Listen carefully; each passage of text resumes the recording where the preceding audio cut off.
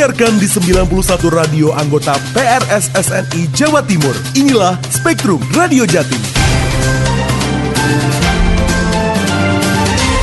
Selamat pagi, bersama saya Aprilio Abi. Februari 2022, genap 3 tahun kepemimpinan Gubernur Jatim, Kofifa Indar Parawansa dan Wakil Gubernur Emil Elistianto Dardak. Naik turun alias perjalanan yang fluktuatif pasti dialami oleh duet kepemimpinan Jatim yang mempresentasikan kepemimpinan perempuan dan kaum milenial ini. Apalagi dalam 2 tahun terakhir, pandemi COVID-19 juga menimpa Jawa Timur. Tentu tidak semulus yang diekspektasikan bahwa semua akan selalu baik-baik saja.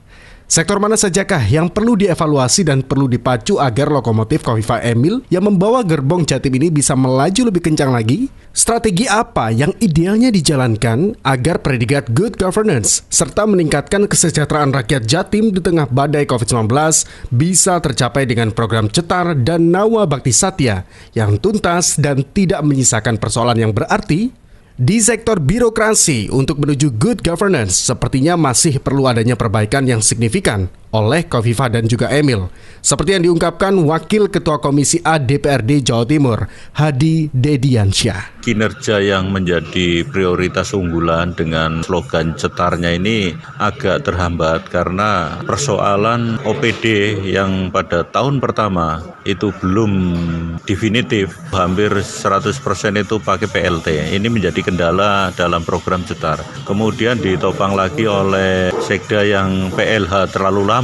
Ini juga mempengaruhi dari cetar itu sendiri. Akhirnya ini menjadi kajian dari Komisi A bahwa kalau ingin program-program Bu Gubernur sesuai dengan keinginannya, ya mestinya dalam persoalan sekda yang sekarang dijabat oleh PJ ini sifatnya hanya mengantarkan 3 bulan ke depan agar sekda ke depan itu betul-betul definitif.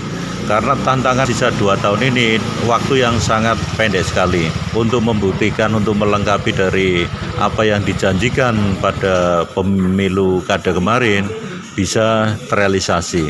Ya harapan kami Komisi A agar mendefinitifkan sekda. Karena sekda ini kan sebagai leadership dari birokrasi. Kalau Bu Gubernur kan kepala daerah. Lah kalau sekdanya sendiri tidak definitif tentunya akan berpengaruh dalam proses kinerja. Bu Gubernur kami menekankan siapapun sekda ke depan itu adalah wilayah prerogatif Gubernur, kami akan menghormati untuk kedepannya agar 2 tahun sisa kepemimpinannya bisa terpenuhi harapan-harapan oleh masyarakat. Sementara peneliti dari Lembaga Survei Surabaya Survey Center SSC, Surokim Abdussalam, menilai tipe kepemimpinan duet Kofifa Emil terlihat kompak dan cukup bagus. Namun, hasil survei dari lembaganya mengungkapkan ada gap yang cukup jauh soal ritme kerja gubernur dengan jajaran di bawahnya. Menarik untuk mencermati kepemimpinan keduanya. Jadi, apa yang saya lihat bahwa Bu Gubernur akselerasi dan agresivitasnya menurut saya sudah bagus ya, dan harapan masyarakat juga kian tinggi. Nah, dari hasil survei tingkat kepuasan terhadap gubernur 72%, tapi OPD-OPD-nya 55 maksimal. Ini gap yang terlalu tinggi dan itu harus dibaca sebagai bagian dari percepatan revitalisasi organisasi perangkat di daerah. Artinya pemimpinnya ini lari sudah di depan, pelaksananya, eksekutornya ini ketinggalan tercecer di belakang. Nah, ini dari sisi pembenahan birokrasi itu juga menurut saya penting untuk diberikan prioritas sehingga tidak nampak seolah-olah gubernur bekerja sendirian. Percepatan ini menjadi kata kunci. Jadi kita tidak hanya butuh birokrasi yang sekedar rutinitas, tapi juga birokrasi yang bisa menggerakkan. Dalam istilah kami tadi itu butuh pemprov penggerak. Pemprov penggerak itu ya pemprov yang kemudian tahu kebutuhannya, bisa lebih respon atau dalam bahasa istilahnya Bu Gubernur cetar, lebih cepat, lebih agresif dan lebih transparan. Slogan itu saya kira cocok dengan konteks kebutuhan pandemi dan kebutuhan untuk menjadi birokrasi penggerak. Sementara di sektor ekonomi menuju terminal akhir kesejahteraan rakyat yang lebih terjamin. Dikatakan wakil rakyat di Komisi E DPRD Jawa Timur, Hikmah Bafakih, duet Kofifa Emil ada peningkatan positif secara rata-rata. Tapi masih ada persoalan yang juga harus diselesaikan. Ya, ada beberapa kinerja yang meningkat dari aspek kalau dihitung secara rata nasional ya. Misalnya pertumbuhan ekonomi, peningkatan PAD terutama di tahun 2020 ya ke 2021, lalu kemudian pertumbuhan investasi yang masuk ke Jawa Timur hingga 14, sekian persen lebih. Lalu kemudian untuk urusan pertanian, produksi gabah dan peternakan, produksi sapi. Nah, itu catatan luar biasa yang dicapai. Di luar itu perubahan sosiokultural masyarakat akibat tekanan pandemi yang misalnya migrasi ke desa menjadi lebih meningkat dengan ketiadaan pekerjaan dan sebagainya. Nah, PR ke depan adalah memastikan prestasi-prestasi di bidang ekonomi dan pendapatan secara daerah ini dalam ekonomi real yang dimiliki oleh masyarakat. Ini tidak bisa dinilai hanya 1-2 kabupaten. 38 kabupaten dan kota di Jawa Timur turut berkontribusi secara agregat terhadap capaian-capaian yang ada. Nah, karenanya harapan kita ke depan gap antar wilayah, gitu. Kemudian kapasitas fiskal itu semakin mengecil hingga kesejahteraan bisa lebih rata lagi.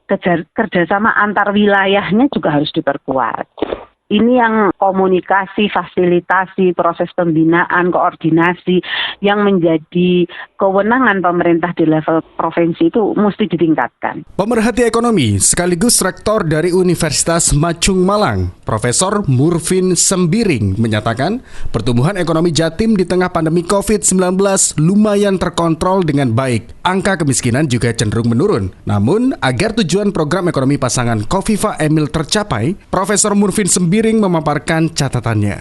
Perlu kita apresiasi, 2021 kemarin itu naik 7,05%, nasional 7,07 gitu. Artinya apa? Fondasi ekonomi di Jawa Timur kuat. Kemarin kan dapat penghargaan ya terbaik ketiga dari Kementerian Investasi loh, provinsi yang berkontribusi nomor 3 untuk nilai investasi. Kontribusi secara nasional hampir 14,8% itu. Khusus untuk Pulau Jawa itu ya Jatim terbesar kontribusinya 25,01% untuk investasi. Nilainya juga ya lumayan. Proporsi investor asing, penanaman modal asing itu juga meningkat. 2021 naik loh 34%. Artinya kalau sudah investor asing masuk, country risk, investasinya juga nyaman dan aman. Ya, laju angka kemiskinan Jatim turun 30% secara nasional. Jadi 313 lah ribu jiwa itu masuk ke zona yang tidak miskin. Gini rasionya 0,01.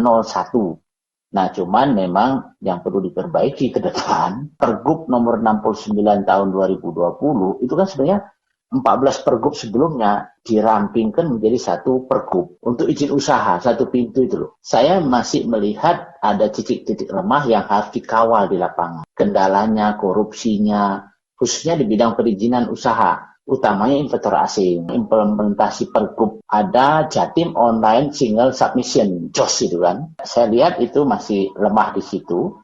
Dan juga peran 9,7 juta UMKM di Jatim ini belum signifikan. Pemain-pemain UMKM startup bisnis di kalangan milenial perlu didorong maju terus. Wali kota, bupati itu harus ditentukan key performance indikatornya. Target untuk startup bisnis di daerahnya itu berapa? Harus dievaluasi. Kasih reward dan punishment oleh Ibu Gubernur. Karena mitra-mitranya perguruan tinggi di Jatim ada 326 PTS loh. Revitalisasi 26 kantor perwakilan dagang KPD di bawah Dinas Perindustrian Jawa Timur. Itu rata-rata anggaran promosi produk dalam negeri kita yang dikeluarkan oleh Jatim itu 3,4 M.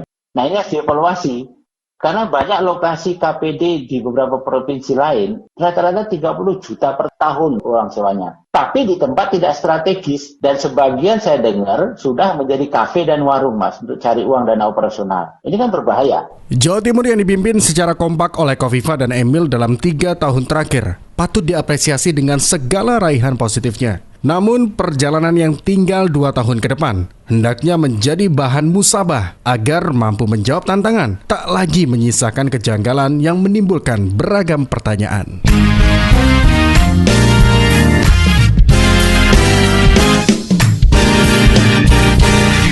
Kerabat kerja edisi ini, reporter Roni Fauzan dan Haris Budiawan, pemimpin redaksi Edi Prasetyo, dan saya, Aprilio Abi. Sampai jumpa Senin depan. Itulah tadi Spektrum Radio Jatim, persembahan dari Persatuan Radio Siaran Swasta Nasional Indonesia dan didukung penuh oleh